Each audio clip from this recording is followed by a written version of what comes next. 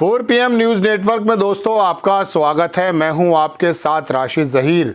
रोज़ाना आप खबरें देखते हैं कि नीतीश कुमार पलटी मारने वाले हैं, उन्होंने मीटिंग बुला ली है, नायडू नाराज़ हो गए हैं, आरएसएस ने हमला कर दिया है, कांग्रेस इंटरेस्टेड नहीं है, 4-5 आरएसएस जो है बीजेपी से नाराज़ चल रही है।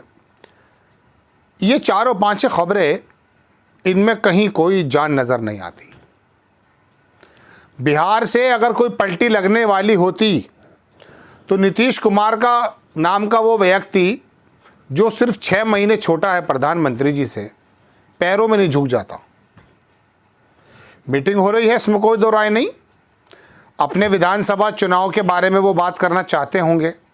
पहले लालू प्रसाद का साथ भी उसी वजह से छोड़ा था उन्होंने, और अब ये इतनी जल्दी प्रधानमंत्री जी ने सारा काम करके बता दिया है कि सब कुछ उनके कंट्रोल में है।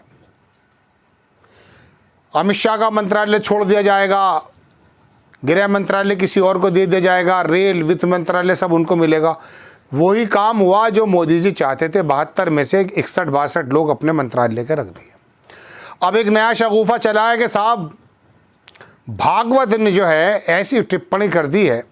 मैंने 4 दिन पहले एक प्रोग्राम बनाया था और मैंने ये कहा था आपसे कि ये भागवत और आरएसएस और बीजेपी के बीच की जो लड़ाइयाँ आपको बताई जा रही हैं, दरअसल ऐसा कुछ नहीं है।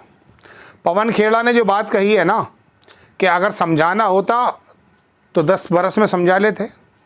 अब आके क्या हुआ है साहब, 10 बरस में तमाम हिंदुस्तान के अंदर अपने अपने मुख्यालय खोल रहे थे, नफरत की राजनीति को फ़रोग़ दे रहे थे, कोई परेशानी नहीं थी।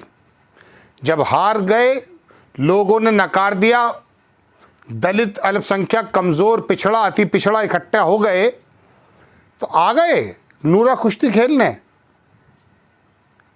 कहने लगे कि सेवक का काम अहंकार नहीं होता। 10 बरस से अहंकार दिखा रहा था एक आदमी, चुप बैठे थे। ताकत अगर तुम्हारे हाथ में थी तो उसी वक्त बोल जाते। तो ये नक्शेबाजी के अलावा कुछ नहीं है।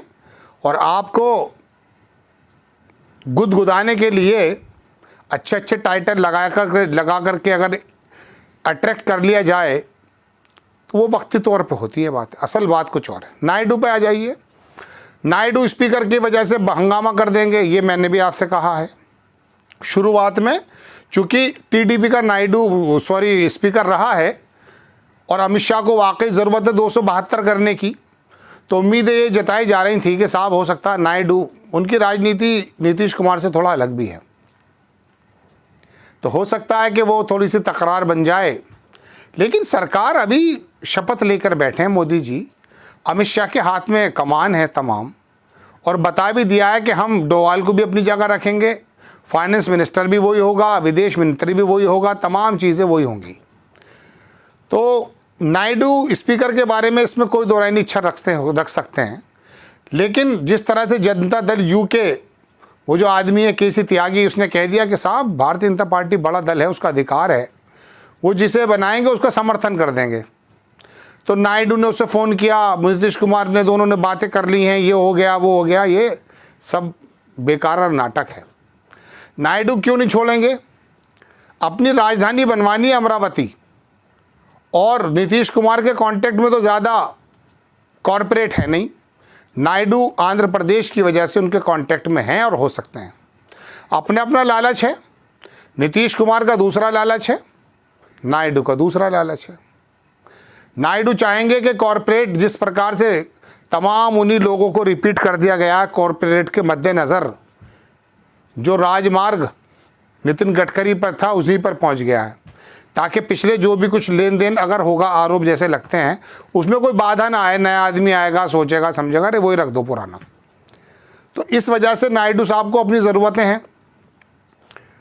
आंध्र प्रदेश को दिखाना यह है कि देखिए मैं ही यहाँ पर ये अमरावती को बना दिया, हैदराबाद को भी हमने बनाया था, लिहाजा पैसे की ज़रूरत है और कॉरपोरेट से ताल्लुकात हैं, तो वो लोकसभा स्पीकर पर बहुत ज़्यादा अड़ने वाले नहीं हैं। बहुत बेफिक्र होकर के प्रधानमंत्री जी इटली गए।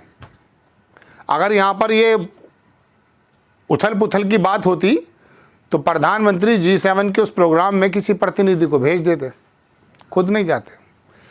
तो दो शगुफों की हवा निकल गई। नीतीश कुमार अपनी मीटिंग कर रहे हैं, लेकिन हिम्मत नहीं है कि वो विड्रॉ कर लेंगे। जो आदमी अपनी जनता दल यू की तमाम आइडियोलॉजी को कुचल करके आ गया है, पैरों के नीचे झुकने लगा है, उससे आप क्या उम्मीद कर सकते हैं? तो उम्मीद मत कीजिए। अभी वैसे कुछ होने वाला है नहीं।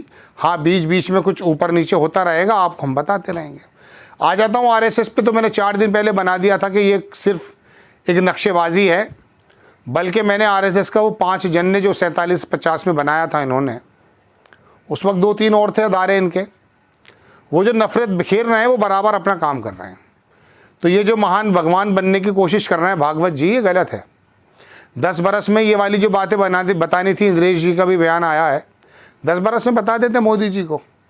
ज़रा सी कमज़ोरी आ गई, उस कमज़ोरी से नज़र हटाने की वजह से आपको इस बात पर उलझाया जा रहा है कि आरएसएस और बीजेपी में बड़ा डिस्टेंस है। कोई डिस्टेंस नहीं है। छोटी मोटी बात तो होती है, वो हर जगह होती है। भारतीय जनता पार्टी मजबूत हुई है अपने बल पर। आरएसएस का कार्यकर्ता काम कर रहा था नफरत फैलाने का, ऐसा आरोप है, ये बात सही है। लेकिन उसने, मोदी जी ने जो गुजरात के दंगे से उड़ान ली है, वो कभी नीचे नहीं आए। आरएसएस 100 बरस से काम कर रही थी, इतनी तरक्की किसी ने नहीं दी जितनी मोदी जी ने दी है। तो ये तो इस बात से आपसे ध्यान भटकाना है कि दरअसल पिछड़ा अल्पसंख्यक के सब लोग अलग हो गए हैं। इन बातों में मत आइएगा। अब आ जाती है कांग्रेस की बात। कांग्रेस की बात यह है, कांग्रेस को मालूम है कि 50 सीटें लानी बड़ी मुश्किल है, कोई नहीं आएगा अभी। उनकी राजनीति दूसरी है। वो मैंने आपको पिछले एपिसोड में बताया कि राहुल गांधी को क्या क्या करना है। 3 प्रदेशों के चुनाव आने वाले हैं, वहाँ पर कंसंट्रेट करें और वाकई एक सीरियस उनके सामने ऐसी, मैं कह सकता हूँ कि लड़ाई रखें, रण बिछाएं कि वाकई पता चले कि भारतीय जनता पार्टी कहाँ कहाँ से उखड़ सकती है। तो ये 3-4 खबरें आपको बड़ा परेशान कर रही हैं। ओरिजिनल बात ये है जो मैंने आपको बताई। लेकिन अब इस अंधेरे में एक जो सितारा है वो अखिलेश यादव और उसकी टेंडेंसी और उसकी रणनीति पर निकला है।